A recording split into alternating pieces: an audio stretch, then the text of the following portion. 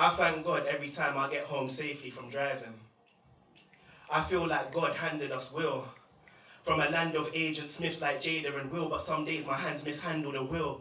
You see, I want to be a soldier, stand on the field, be a king that is Regan and win for my people, but honestly, some days it's more like pins with the needles, because some days I can't stand how I feel.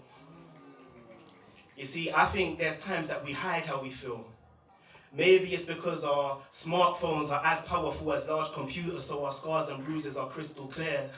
We smoke weed, looking for some high resolutions, but whether your dream works or not, will the pixels care? So I ask you, have you ever been at that red light and thought you're not stopping?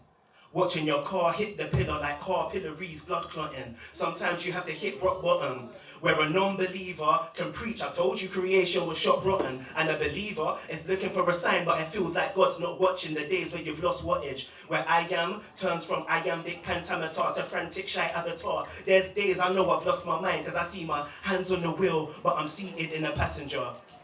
So I don't want you lot in the room to judge me when I say that there's days that I actually dream of crashing.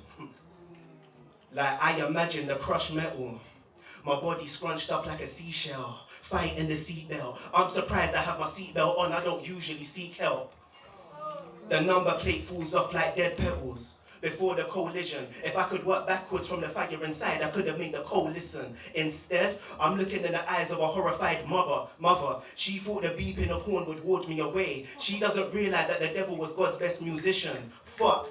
I look and I see a baby in the backseat. An unknown face is about to turn you to art. You can call me Banksy. You see, I feel so numb to this path, it's tragic. We spend so much time online trying to go on the traffic, and now I don't care for the passing traffic. You see,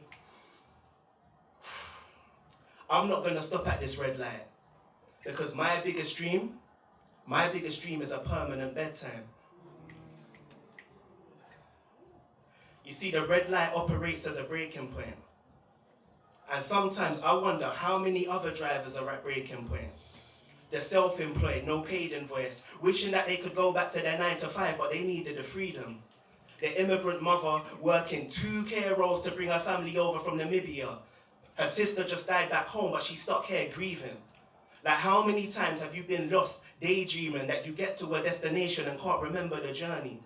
Like court no attorney, caught at the turning, eyes on the road, but your mind's always yearning for purpose or sterling. Sometimes that red light, it's like a shock to the sternum.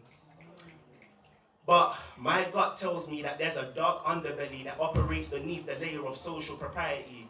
Like none of us can live up to the heights of the projections of our own piety. But darkness is not the opposite of light. It's all about perspective. Like my skin is dark because it accepts the light. So sometimes darkness is actually acceptance.